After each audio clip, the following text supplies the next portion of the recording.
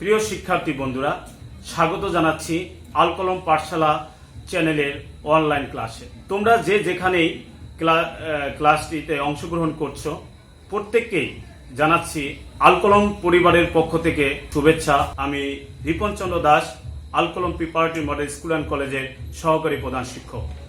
আজকের আমাদের আলোচ্য বিষয় ইংলিশ সেকেন্ড পার্টের মোস্ট ইম্পর্ট্যান্ট একটি পার্ট, সেটা হলো রাইট ফর্ম অফ ভার্বস।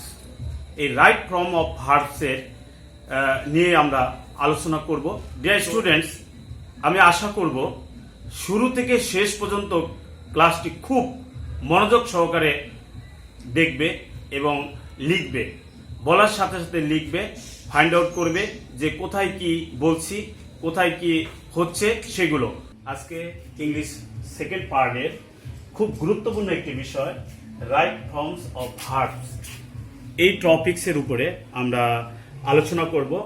এই আলোচনায় সবচেয়ে গুরুত্বপূর্ণ এটা যে ইংলিশ শেখার জন্য ইংলিশের মূল মেরুদণ্ড, যেখানে ইংলিশ আমরা ভালোভাবে শিখতে পারি, একটি সেন্টেন্স তৈরি করার মূল চাবিকাঠি যেখানে, সেটা হচ্ছে এই রাইট ফর্মস অফ ভার্ব, ভার্বের সঠিক ব্যবহার। যদি আমরা না বুঝি তাহলে ইংলিশে আমরা ভালো করতে পারবো না। তো বিশেষ করে বন্ধুরা, আজকে আমাদের এখানে যে আমরা লিখেছি যে প্যাসেজটি, তোমরা একটু লক্ষ্য করো। আমাদের ক্লাস 1 আজকে রাইট ফর্মস অফ ভার্বের আমাদের এখানে হিন্ট দেওয়া আছে, তোমরা খাতায় তুলতে থাকো। যে প্রথমেই দেখো, হোল্ড ধারণ করা, স্পিক বলা, বি হওয়া, সিট বসা, এডুকেটেড শিক্ষিত করা, বোল্ড নির্মাণ করা, মেক তৈরি করা, রিমুভ দূরীভূত করা। তোমাদের সুবিধার্থে আমি ইংলিশে বেঙ্গলিটা করে দিয়েছি।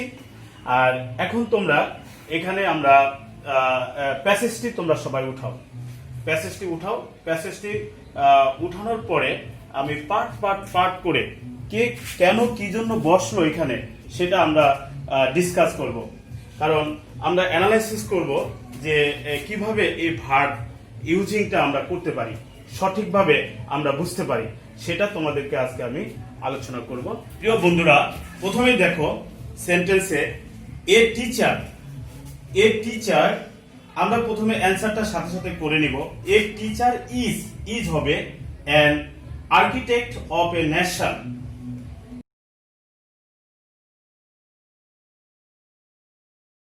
এ টিচার একজন শিক্ষক হলেন একটি জাতির স্থপতি। আর্কিটেক্ট কথাটা হলো স্থপতি। তাহলে একজন শিক্ষক, এ টিচার একজন শিক্ষক হলেন জাতির স্থপতি। তো এখানে প্রথমে আমরা এতে ইজ বসানো হয়েছে, বি ভার্ব। কোশ্চেন হলো যে ইজ এখানে কেন বসবে, এটাই হলো আমাদের সবচেয়ে গুরুত্বপূর্ণ কোশ্চেন। আমরা অনেকেই জানি, মুখস্থ করি যে ইজ হয়তোবা এখানে চলে আসছে, সেন্টেন্সেই স্পষ্টভাবে চলে আসতেছে। আসলে বন্ধুরা সেভাবে নয়, প্রত্যেকটি সেন্টেন্সেরই পার্ট করে তুমি যখন বুঝতে পারবা, তখনই তোমার কিন্তু পড়াটা খুব সহজ হবে। যেমন তোমরা লক্ষ্য করো, প্রথমেই তোমরা যদি একটু ধরে নাও, লক্ষ্য করো এখানে যে গ্যাপের পূর্বে দেখো এ টিচার আছে, দেখো এই যে এ টিচার, হ্যাঁ গ্যাপের পূর্বে দেখো আমরা আন্ডারলাইন মার্ক করেছি এ টিচার। এখন তোমরা এখানে দেখো গ্যাপের পরে নাউন কমপ্লিমেন্ট হিসাবে দেখো অ্যান আর্কিটেক্ট আছে, এখানে আসে অ্যান আর্কিটেক্ট, এখানে নাউন কমপ্লিমেন্ট হিসেবে আছে। প্রিয় শিক্ষার্থী বন্ধুরা, তোমরা একটু মনোযোগ দাও যে এখানে যে একজন শিক্ষক জাতির স্থপতি, এই কথাটা কিন্তু ইউনিভার্সাল ট্রুথ, চিরন্তন সত্য কথা। তো এখানে তোমাকে মেনশন করতে হবে যে এটা কোন টেন্স, এটাকে ফাইন্ড আউট করতে হবে। এটা হচ্ছে প্রেজেন্ট ইনডিফিনিট টেন্স। তো প্রেজেন্ট ইনডিফিনিট টেন্সে এ টিচার এখানে এটা হচ্ছে থার্ড পারসন সিঙ্গুলার নাম্বার। তোমাকে সাবজেক্টটাকে কিন্তু আইডেন্টিফাই করতে হবে যে এখানে যে সাবজেক্টটি আমার আছে সেটা কোন পারসন। এটা কিন্তু তোমাকে বুঝতে হবে।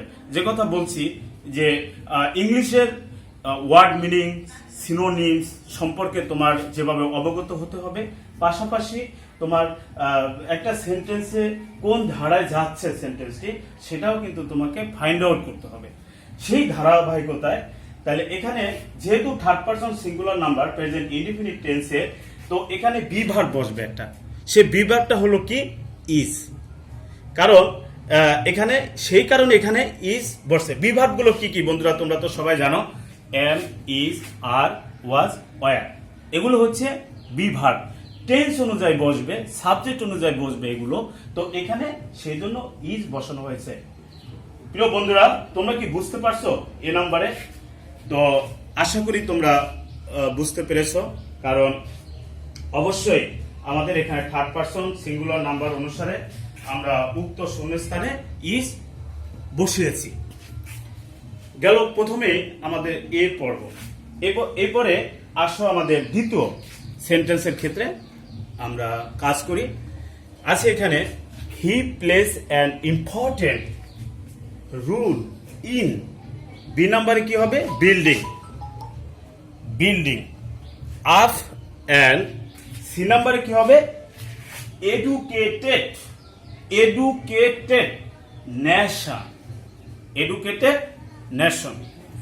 এখন প্রিয় বন্ধুরা, তোমরা বোর্ডের দিকে লক্ষ্য করো, খুব মনোযোগ দাও, যে একটি শিক্ষিত জাতি গড়ে তুলতে তিনি গুরুত্বপূর্ণ ভূমিকা পালন করেন। যে একজন he place an important role in B নম্বরে building up an educated nation. তিনি কে? তিনি একজন টিচার।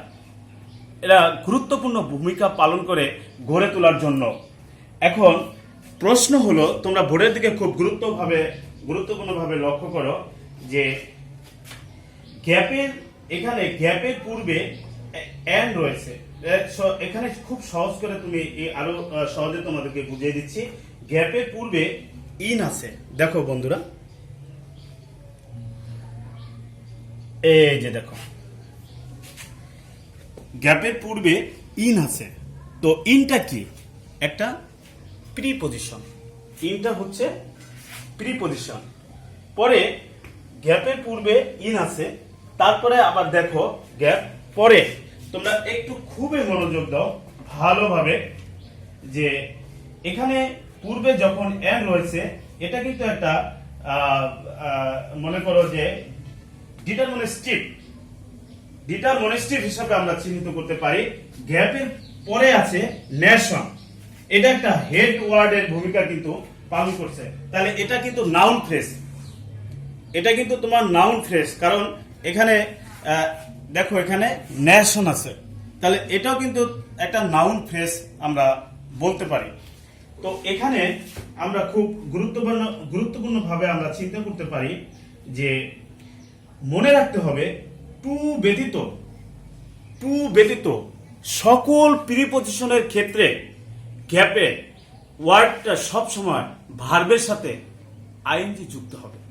যেই ভার্বটা এখানে আমরা ফাইন্ড আউট করব, সেটার সাথে আইএনজি যুক্ত হবে। কারণ যেহেতু এখানে ইন আছে, টু না। টু যদি থাকতো তাহলে আমাদের চিন্তা ভিন্ন থাকতো, কিন্তু এখানে গ্যাপের পূর্বে ইন আছে। এই ইনটা হচ্ছে প্রিপজিশন। এরকম থাকলে সবসময় মনে রাখবা বন্ধুরা, ভার্বের সাথে আইএনজি যুক্ত করে দিবা। তো সেই জায়গায় আমরা এখানে সেন্টেন্সের অর্থ অনুযায়ী আমরা কাকে নিয়ে আসতে পারি? এই যে বিল্ড, এটা আইএনজি যুক্ত করলে বিল্ডিং, তাহলে চলে আসে খুব সহজে। তো সেই লক্ষ্যে আমরা কিন্তু এটাকে ফাইন্ড আউট করতে পারি। পরবর্তীতে দেখো প্রিয় বন্ধুরা, আমাদের সেন্টেন্সের যে অবশ্যই তাহলে সেই মোতাবেক এখানে বিল্ডিংটা আমরা বসিয়ে দিছি। তাহলে বিল্ডিং যখন বসালাম, সি নাম্বারটা লক্ষ্য করো, এডুকেটেড আমরা কেন বসালাম? গ্যাপের পূর্বে এন আছে, দেখছো? এই যে আরেকটা প্রিপজিশন আছে। গ্যাপের পূর্বে কি আছে? এন আছে। এখন এখানে তোমরা একটু লক্ষ্য করো, বোর্ডের দিকে লক্ষ্য করো, যে এন যখন এখানে আছে, তাহলে নেশনও কিন্তু আছে। এই ন্যাশনটা কিন্তু হেড ওয়ার্ডের ভূমিকা পালন করছে, নাউন ফ্রেজ। তো এখানে মডিফায়ার হিসাবে কিন্তু একটা অ্যাডজেক্টিভ বসবে। এই এন থাকার কারণে এখানে যেহেতু গ্যাপের পরে আবার কি আছে, ন্যাশন আছে, তাহলে এখানে হেড ওয়ার্ডের ভূমিকা পালন করার মডিফায়ার হিসাবে এখানে কিন্তু একটা অ্যাডজেক্টিভ বসবে। তাহলে অ্যাডজেক্টিভ যদি আমরা বসাই তাহলে কি এখানে বসবে, তোমরা একটু মনোযোগ দাও। যে সেই মোতাবেক এডুকেটকে যদি আমরা পার্টিসিপেল করি, এটা পার্টিসিপেল করলে এখানে আমাদের এডুকেটেড হয়ে যায়। পার্টিসিপেল করি আমরা এডুকেটকে, এই যে এডুকেটটাকে আমরা পার্টিসিপেট করি, এডুকেট আছে, এটাকে যদি আমরা পার্টিসিপেট করি তাহলে এডুকেটেড হয়ে যায়। এই আমাদের সি নাম্বারে আমরা এডুকেটেড করে দিলাম বন্ধুরা। দেখো খুব মনোযোগ দাও, এডুকেটেড কিন্তু হয়ে গিয়েছে। এখন আমরা তাহলে আমাদের অর্থটা কি দাঁড়াইলো বন্ধুরা, যে একটি শিক্ষিত জাতি গড়ে তুলতে তিনি গুরুত্বপূর্ণ ভূমিকা পালন করেন। তিনি বলতে কাকে বোঝাইছেন, একজন শিক্ষককে, যে একজন শিক্ষিত জাতি গড়ে তুলতে একজন শিক্ষকে গুরুত্বপূর্ণ ভূমিকা পালন করেন। হ্যাঁ, পরবর্তী সেন্টেন্সের দিকে তোমরা মনোযোগ দাও প্রিয় বন্ধুরা। পরবর্তী সেন্টেন্সটা যদি আমরা দেখি তাহলে কি হবে তোমরা দেখো। হির সাথে এখানে কি বসবে, removes. He removes the darkness of ignorance from the Lord of a nation. অর্থাৎ কি, একটি জাতির ললাট থেকে তিনি অজ্ঞতার অন্ধকারকে দূর করে দেন। একটি জাতির ললাট থেকে অজ্ঞতার যে অন্ধকারটা সেটা কিন্তু দূর করে দেন। কে দূর করে দেন, একজন শিক্ষক। তাহলে তোমরা বোর্ডের দিকে খুব মনোযোগ দিয়ে তাকাও, ডি নাম্বারটা তোমরা মনোযোগ দাও, তাহলে তোমরা দেখতে পাবে ডি নাম্বারে যে এখানে রিমুভস কেন আমরা চিন্তা করলাম, কারণ এখানে গ্যাপের পরে darkness of ignorance from the Lord of nation আছে, যার অর্থ জাতির ললাট হতে অজ্ঞতার অন্ধকার। সহজেই বোঝা যাচ্ছে এখানে যে অজ্ঞতার অন্ধকার দূরীভূত করার কথা বলা হয়েছে। সুতরাং এখানে শূন্যস্থানে রিমুভকে নির্বাচন করা যায়। যেহেতু এটা কোন টেন্স, এটা দেখবা প্রেজেন্ট টেন্স। এটা টেন্স কিন্তু তোমাকে ফাইন্ড আউট করতে হবে যে এটা কোন টেন্স, এটা হচ্ছে প্রেজেন্ট টেন্স। এখন তোমরা আরো মনোযোগ দিয়ে সেন্টেন্সটার দিকে তাকাও, খুবই মনোযোগ দিয়ে বোর্ডের দিকে লক্ষ্য করো প্রিয় বন্ধুরা। তাহলে তুমি এখানে দেখতে পাবে যে এখানে সাবজেক্টটা থার্ড পারসন সিঙ্গুলার নাম্বার। দেখো রিমুভ, সাবজেক্টটা হচ্ছে থার্ড পারসন সিঙ্গুলার নাম্বার। দেখো এই যে একটু মনোযোগ দাও, he third person singular number. এই রিমুভকে আমরা নেওয়ার পরে যেহেতু থার্ড পারসন সিঙ্গুলার নাম্বার এই সাবজেক্ট, সেই জন্য এখানে এ যুক্ত হবে, রিমুভস এসটা যুক্ত হবে, এটা প্রেজেন্ট টেন্স। এই যে সেই কারণে আমরা যে অ্যানসারটা দিয়ে দিচ্ছি বন্ধুরা নিচে, রিমুভস। এখানে ডি নাম্বারে রিমুভস বসে যাবে, কারণ একজন শিক্ষক তার অন্ধকার দূর করে ললাটে থেকে গড়ে তোলার জন্য। হ্যাঁ, পরবর্তী সেন্টেন্সটা তোমরা লক্ষ্য করো প্রিয় বন্ধুরা আমার। এখানে পরবর্তী সেন্টেন্সটা যদি আমরা একটু চিন্তা করি তাহলে আমরা দেখব যে he is an actor while. E নাম্বারে কি হবে, স্পিকিং। ই নাম্বারে হবে speaking. He is an actor while speaking. অর্থাৎ কি, যে যখন তিনি কথা বলেন তখন তিনি একজন অভিনেতার মতন। একজন শিক্ষক যখন তিনি কথা বলেন একজন অভিনেতার মতন। কখনো অভিনেতা হতে হয় তোমাদেরকে বোঝানোর জন্য, একজন শিক্ষকের অভিনেতা হতে হয়। সেখানে একজন শিক্ষক কিন্তু অভিনেতার মতো অনেক সময়। এখন এখানে খুব মনোযোগ যদি তুমি দাও তাহলে তুমি বুঝতে পারবে এই সেন্টেন্সের ভিতরে গ্যাপের পূর্বে দেখো হোয়াইল আছে। তোমরা বোর্ডের দিকে ফলো করো, খুব মনোযোগ দাও। হোয়াইল কিন্তু এখানে আছে, দেখছো প্রিয় বন্ধুরা। এই হোয়াইল থাকার কারণে এখানে দেখো লক্ষ্য করবা হোয়াইলের পরে সাবজেক্ট থাকলে সাধারণত পাস্ট কন্টিনিউয়াস টেন্স হয়। তো হোয়াইলের আগে সাবজেক্ট থাকলে এটা পাস্ট কন্টিনিউয়াস টেন্স হয়। তবে বিশেষ করে ওয়াজ অথবা ওয়ার প্লাস ভার্বের সাথে আইএনজি যুক্ত হয়, কিন্তু হোয়াইলের পর প্রেজেন্ট কন্টিনিউয়াস টেন্সের স্ট্রাকচারটা কি আমরা জানি, subject plus was were plus ভার্বের সাথে আইএনজি যোগ প্লাস অবজেক্ট। কিন্তু এখানে তোমরা দেখো, এখানে হোয়াইল যেখানে আছে, তোমরা একটু বোর্ডের দিকে লক্ষ্য করো। বোর্ডের দিকে তোমরা যদি আমরা লক্ষ্য করি তাহলে দেখতে পাবো যে স্বাভাবিকভাবে এখানে ওয়াজ ওয়ার যেহেতু ভার্বের সাথে আইএনজি যুক্ত, কিন্তু হোয়াইলের পরে সাবজেক্ট না থাকলে ভার্ব থাকে, তবে উক্ত ভার্বের সহিত আইএনজি যুক্ত হয়। সেই মোতাবেক এখানে স্পিক এখানে আছে, দেখো এই যে প্রিয় বন্ধুরা আমরা স্পিকিং বসাই দিচ্ছি। এই যে স্পিকিং আমাদের নাম্বারে স্পিকিং হয়ে গেল। এই যে এখানে আমাদের কারণে যে হোয়াইল আছে কন্টিনিউয়াস টেন্স, যার কারণে স্পিকিং হয়ে গেল।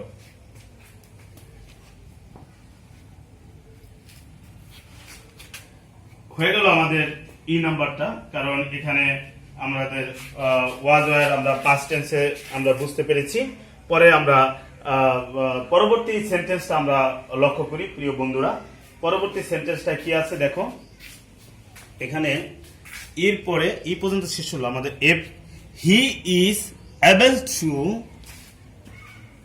এফ নাম্বারে এখানে হোল্ড, এফ নাম্বার হবে hold the attention of his students. হ্যাঁ লেখো তোমরা, অফ হিজ স্টুডেন্ট, হোল্ড হবে। কোশ্চেনটা হলো হোল্ড শব্দ অর্থ হলো ধারণ করা। অর্থটা কেন হলো এখানে, অর্থাৎ তিনি তার ছাত্রছাত্রীদের মনোযোগ ধরে রাখতে সক্ষম। তিনি তার ছাত্রছাত্রীদের মনোযোগ ধরে রাখতে সক্ষম, এটা আমরা দেখলাম এফ নাম্বারে। তাহলে হোল্ড কেন হলো, এরপর তোমরা সেন্টেন্সের দিকে মনোযোগ দাও আর খাতায় নোট করো। সেন্টেন্সের দিকে মনোযোগ দাও আর খাতায় নোট করো। হোল্ড হলো, লক্ষ্য করো এখানে যে গ্যাপের পরে দা অ্যাটেনশন আছে। এই যে দেখো, এই যে দা অ্যাটেনশন, গ্যাপের পরে দা অ্যাটেনশন কথাটা হলো মনোযোগ। এই মনোযোগ কথাটা এখানে আছে, দা অ্যাটেনশন। তো মনোযোগ রয়েছে, এ থেকে সহজে বোঝা যায় যে মনোযোগ আকর্ষণ করা বা রাখার কথা কিন্তু বলা হচ্ছে। সেহেতু উক্ত শূন্যস্থানের পূরণের লক্ষ্যে হোল্ডকে নির্বাচন অবশ্যই আমাদের করতে হবে। তাহলে গ্যাপের পূর্বে এখানে দেখো আরেকটি বিষয় খুবই গুরুত্বপূর্ণ বিষয়, সেখানে দেখো গ্যাপ এফ নাম্বারে গ্যাপের পরে আছে দা অ্যাটেনশন, আর গ্যাপের পূর্বে আছে টু। টু হলো কি, একটা প্রিপজিশন। টু হলো কি বন্ধুরা, দেখো preposition.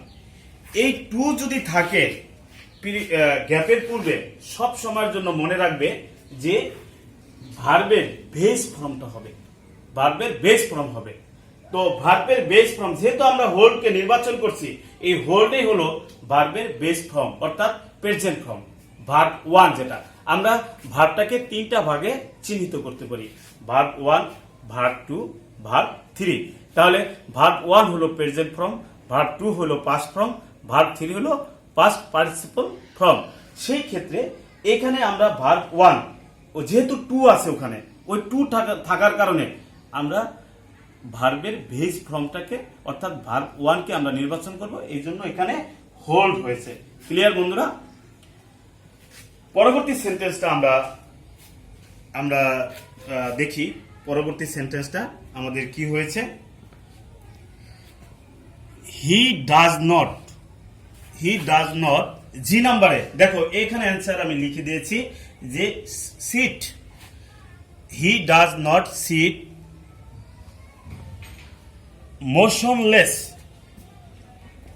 motionless before his class,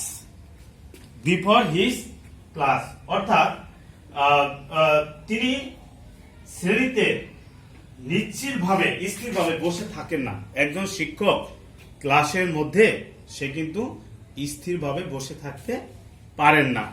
এখন প্রশ্ন হলো যে কেন এখানে সিটটা হলো এখানে।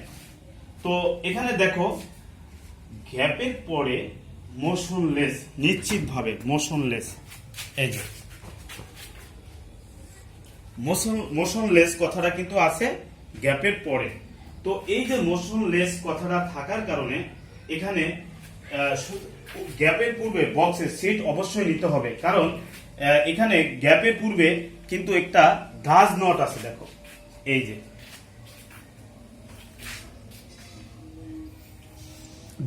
ডাজ নট, দেখছো তে ডাজ নট আছে, আন্ডারলাইন মার্ক করো, ডাজ নট এখানে আসে।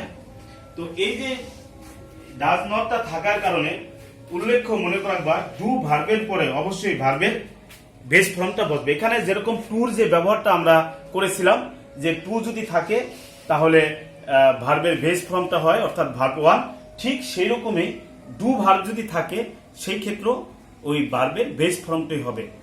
যে এই সেজন্য এখানে ডু ভার্ব আছে, যার কারণে এখানে আমরা সিটটাকেই অর্থ অনুযায়ী নির্বাচন করতে পারি, সেই কারণেই আমাদের এখানে সিটটা ব্যবহার করা হয়েছে। দেখো বন্ধু, পরবর্তী আমরা যদি চিন্তা করি পরবর্তীতে যে এইচ নাম্বারটা আমরা বোর্ডের দিকে তাকাই, খুব মনোযোগ দিয়ে তাকাই। এইচ নাম্বারটা যদি আমরা বসাই, দেখো যে সেন্টেন্সটি আমাদের কি হয়েছে। এইচ নাম্বারে হি অলসো, এইচ নাম্বারে হলো makes, he also makes his lessons interesting, he also makes his lessons interesting. অর্থাৎ কি, যে তিনি শ্রেণী অর্থাৎ তিনি তার পাঠকে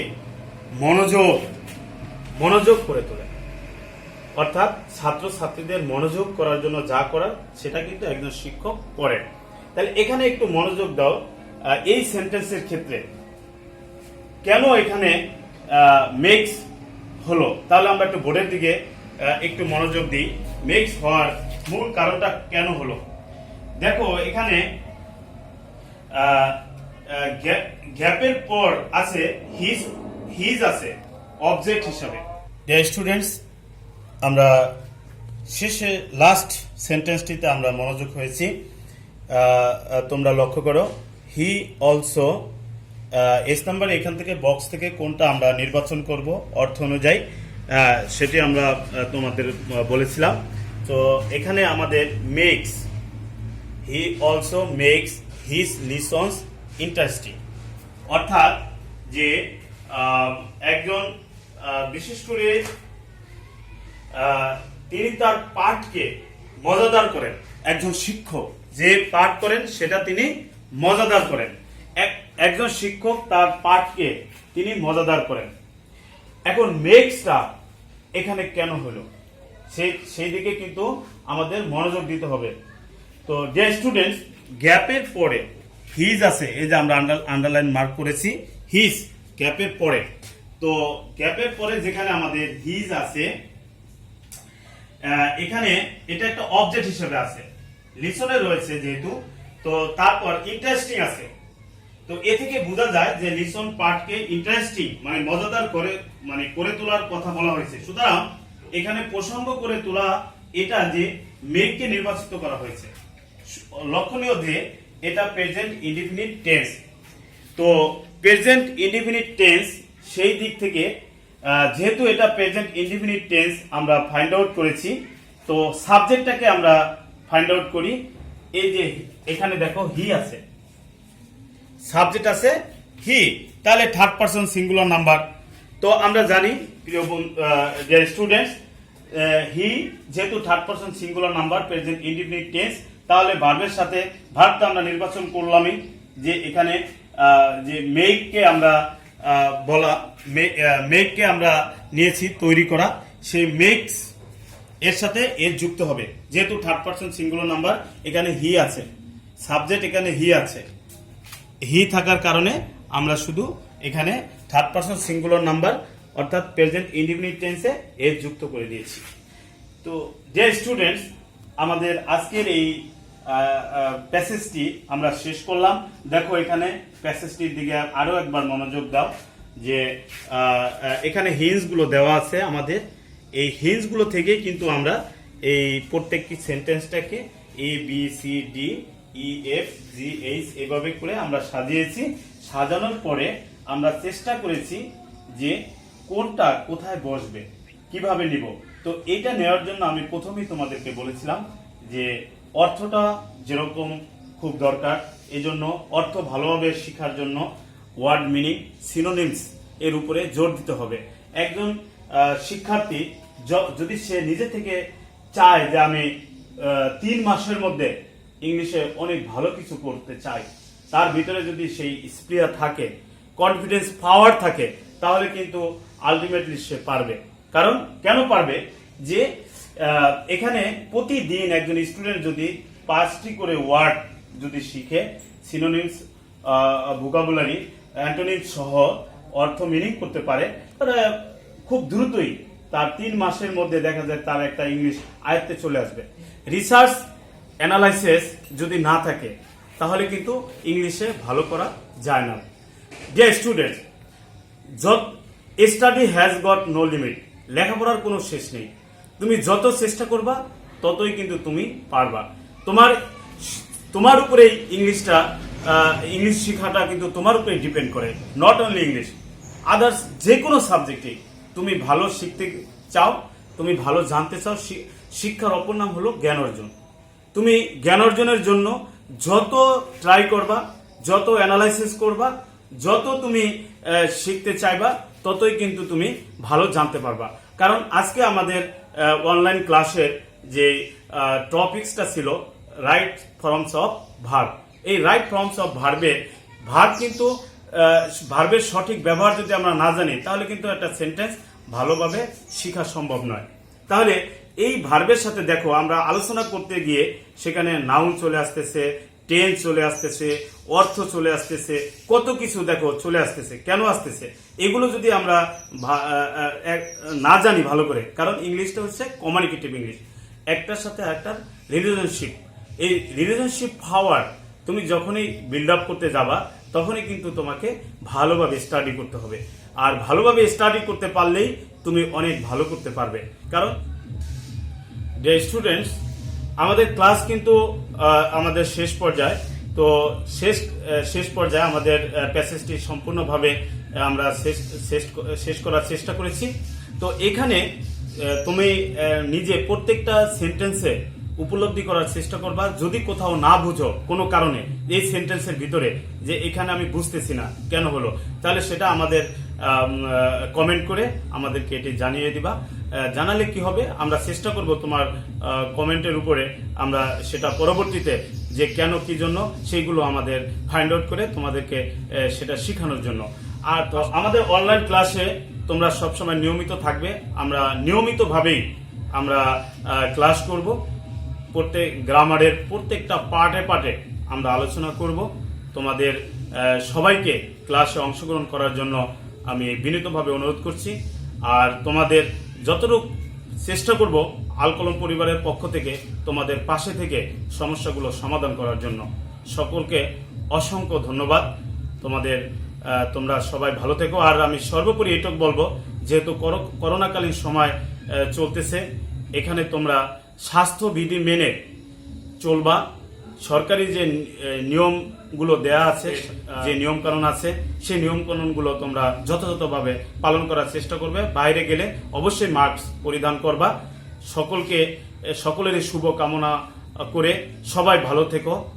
আজকের ক্লাস আমরা এখানেই শেষ করলাম। সবাইকে অনন্ত কোটি ধন্যবাদ।